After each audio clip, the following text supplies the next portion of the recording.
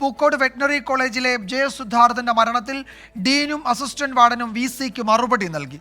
ഇത് പരിശോധിച്ചതിന് ശേഷം തുടർ നടപടി സ്വീകരിക്കും എന്നാണ് VC അറിയിച്ചത്. സജോ ദേവസ്യ വിവരങ്ങൾ നൽകും.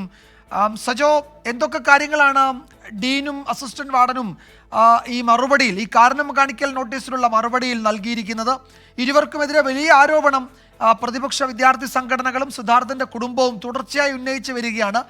ഡീനെ സംരക്ഷിക്കുന്നു എന്ന ആരോപണവും ശക്തമാണ്. അതിനിടയിൽ ഈ മറുപടിയിലെ പരാമർശങ്ങൾ പ്രധാനപ്പെട്ടതാണല്ലോ.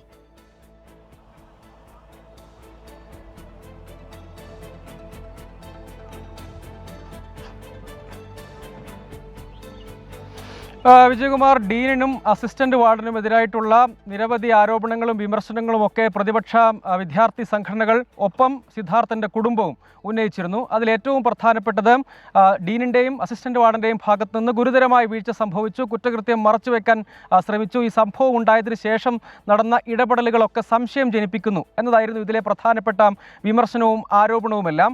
അതിന് ഡീൻ കൃത്യമായും വിശദീകരിക്കാൻ ശ്രമിക്കുന്നത്, ഡീൻ എന്നത് സാങ്കേതികമായി ടെക്നിക്കലിയും വാർഡന്റെ ചുമതലയുണ്ട്, പക്ഷേ എല്ലായ്പ്പോഴും അവിടം ഈ ഹോസ്റ്റൽ സർവൈലൻസിൽ വെക്കുന്ന ആളല്ല ഡീൻ, നേരിട്ട് ആ ചുമതല അദ്ദേഹത്തിനില്ല.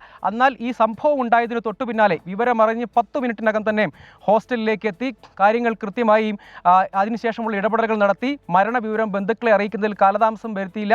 സിദ്ധാർത്ഥന്റെ ഒരു കുടുംബ സുഹൃത്തു കൂടിയായ ഒരാൾ വഴിയും അമ്മാവനെ വിവരം അറിയിക്കുകയാണ് ചെയ്തത്.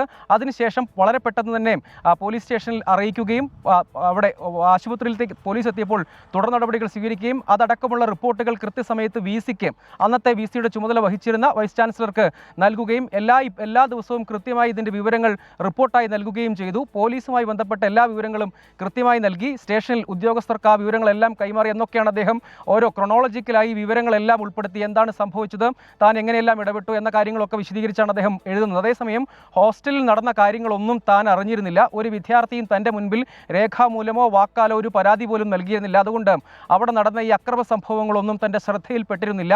മരണത്തിന് ശേഷം എന്തെല്ലാം കാര്യങ്ങൾ ചെയ്യാമോ, അതായത് ആദ്യം ആത്മഹത്യാ ശ്രമം എന്ന് മനസ്സിലാക്കിയാണ് ഹോസ്റ്റലിലേക്ക് എത്തുന്നത്.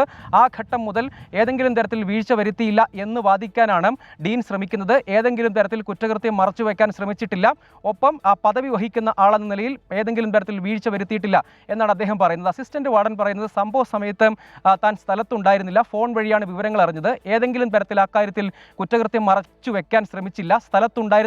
ഇല്ലാതിരുന്നതിനാൽ തന്നെ അവിടെ നടന്ന സംഭവങ്ങളെ സംബന്ധിച്ച് ബോധ്യമുണ്ടായിരുന്നില്ല. അതുകൊണ്ട് അത് ശ്രദ്ധയിൽ വന്നാൽ മാത്രമേ അക്കാര്യത്തിൽ എന്തെങ്കിലും ഒരു ഇടപെടൽ ആ ഘട്ടത്തിൽ നടത്താൻ കഴിയുമായിരുന്നുള്ളൂ. അതുകൊണ്ട് ഈ കുറ്റകൃത്യത്തിൽ ഏതെങ്കിലും തരത്തിൽ ഇടപെടുകയോ കുറ്റകൃത്യം മറച്ചുവെക്കാൻ ശ്രമിക്കുകയോ കുറ്റവാളികളെ സംരക്ഷിക്കാൻ ശ്രമിക്കുകയോ ചെയ്തിട്ടില്ല എന്നാണ് അസിസ്റ്റന്റ് വാർഡന്റെ വിശദീകരണത്തിലും പറയുന്നത്.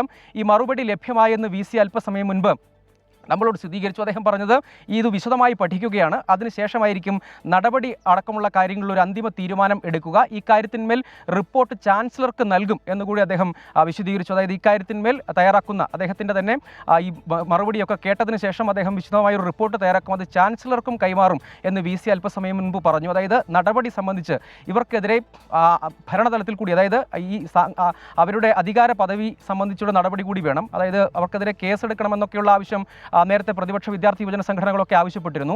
അതിനു മുൻപ് തന്നെ ഈ പദവികളിൽ നിന്ന് സസ്പെൻഡ് ചെയ്യുന്നത് ഉൾപ്പെടെയുള്ള മറ്റ് നടപടികൾ, അങ്ങനെയുള്ള നടപടികളാണ് ആദ്യ ഘട്ടത്തിൽ വേണ്ടത്. അത് ഉൾപ്പെടെയുള്ള കാര്യങ്ങളിൽ എന്ത് തീരുമാനമാണ് എടുക്കേണ്ടത് എന്നത് സംബന്ധിച്ചൊരു റിപ്പോർട്ട് തയ്യാറാക്കുന്നത് ചാൻസലർക്ക് കൈമാറും.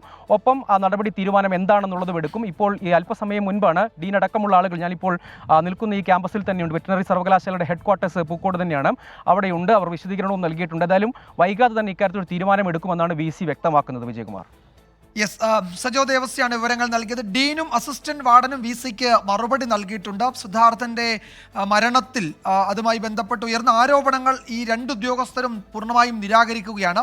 ഇവരുടെ വിശദീകരണം പരിശോധിച്ചതിന് ശേഷം VC ചാൻസലർ കൂടിയായ ഗവർണർക്ക് ഒരു മറുപടി അല്ലെങ്കിൽ ഒരു റിപ്പോർട്ട് നൽകും. അത് വളരെ പ്രധാനപ്പെട്ടതായിരിക്കും, അതുടൻ നൽകുമെന്നാണ് VC അറിയിച്ചിരിക്കുന്നത്.